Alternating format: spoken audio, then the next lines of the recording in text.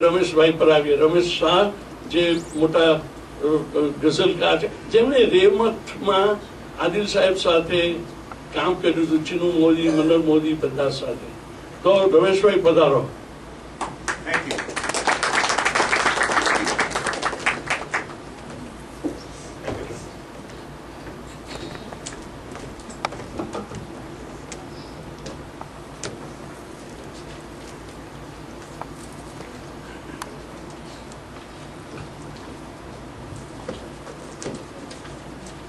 મણિભાઈ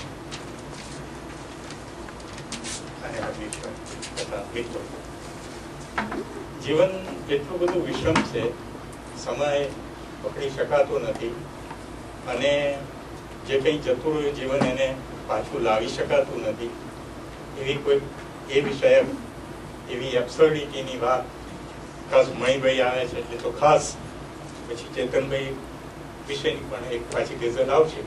બે ગઝલો જે બોલવાની છે એમ એ પહેલી ગઝલ મણિભાઈ માટે હું બોલું છું. તે નદીમાં પૂર્વનું એ જળ નથી, તે નદીમાં પૂર્વનું એ જળ નથી, વેણમાં પાછા જવાનું બળ નથી. તે નદીમાં પૂર્વનું એ જળ નથી, વેણમાં પાછા જવાનું બળ નથી. ને રોજ તોડતો સાગર, રોજ સાગર તોડતો તટનો ખડક, રોજ સાગર તોડતો તટનો ખડક, એ જ જળને છેક ઊંડે તળ નથી, એ જ જળને છેક ઊંડે તળ નથી. ને હોય કેવી જિંદગી બિંદાસ્તની, હોય કેવી જિંદગી બિંદાસ્તની, જીવવાની પળ વિનાની પળ નથી, જીવવાની પળ વિનાની પળ નથી. ને થાય છે કે હું જીતું આ રમત, ને થાય છે કે હું જીતું આ રમત, પણ એમ પાસો ફેંકવાનું છળ નથી, એમ પાસો ફેંકવાનું છળ નથી. શું કરું? બોલું લખું તોડું રડું, શું કરું? બોલું લખું તોડું રડું, જીવવાની કોઈ કસબી પળ નથી. તે નદીમાં પૂર્વનું એ જળ નથી, વેણમાં પાછા જવાનું બળ નથી.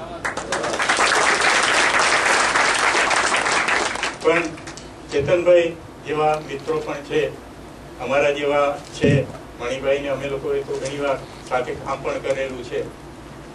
પણ યુવાનો પણ આવ્યા છે એમ રમેશભાઈએ કહ્યું એટલે મને એવા મારા જુવાનીના દિવસોની વાત યાદ આવે છે. અને ગઝલ, આમી ગઝલ એનો અર્થ જ પ્રેમનું ગીત છે. અરબી ફારસીમાંથી આ પ્રકાર આવેલો છે. પણ પછી રેમથના કવિઓ અને અન્ય કવિઓને આદિલ સાહેબ ને ચીનુભાઈ ને મનોહર મોદી ને આ બધાએ પછી અનેક વિષયોમાં ગઝલને લઈ લીધી. બાકી ઓરિજિનલ જે ફોર્મ ને એનો અર્થ જે છે એ તો પ્રેમનો છે. પ્રેમ ગીત એ જ ગઝલ છે. તો એવી કોઈ ક્ષણ, એવી કોઈ ક્ષણની વાત, એક પળની જ વાત આ ગઝલમાં મેં મૂકી છે. રસ્તામાં એ મળી, ચશ્મા પછી ચડાવું છું. રસ્તામાં એ મળી,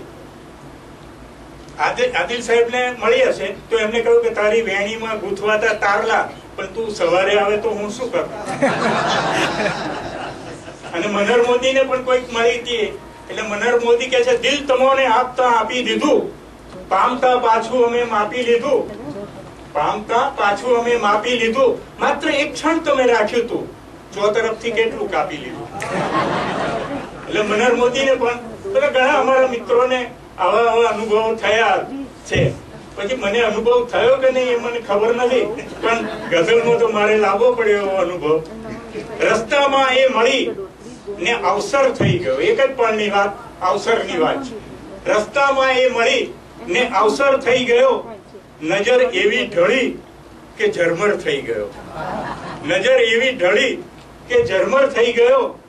જરા ઉભો અને એ પણ જરા અટકી, જરા ઉભો અને એ પણ જરા અટકી, કમળ જેવું હસી ને હું સરવર થઈ ગયો, કમળ જેવું હસી અને હું સરવર થઈ ગયો.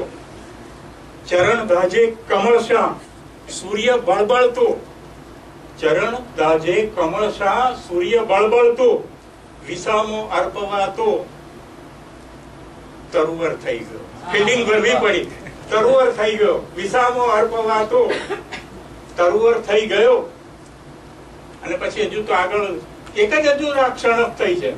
મન ભવનમાં બજી શહનાઈ, મન ભવનમાં બજી શહનાઈ, શુભ મંગલમ, નખાયા પુષ્પો પણ નખાયા. મન ભવનમાં બજી શહનાઈ શુભ મંગલમ, ગ્રહી વરમાળ કંઠે, પ્રિયવર થઈ ગયો. હું તો પ્રિયવર પણ થઈ ગયો એક ક્ષણમાં. ગુલ બદન એ ભરું શ્વાસે, આપે એક તેની તે ક્ષણ. ગુલ બદન એ ભરું શ્વાસે, પલકમાં તો ક્ષિતિજમાં ગઈ ભળી, હું પડતર થઈ ગયો. રસ્તામાં એ મળી અને અવસર થઈ ગયો, નજર એવી ઢળી કે ઝરમર થઈ ગયો. Thank you very much.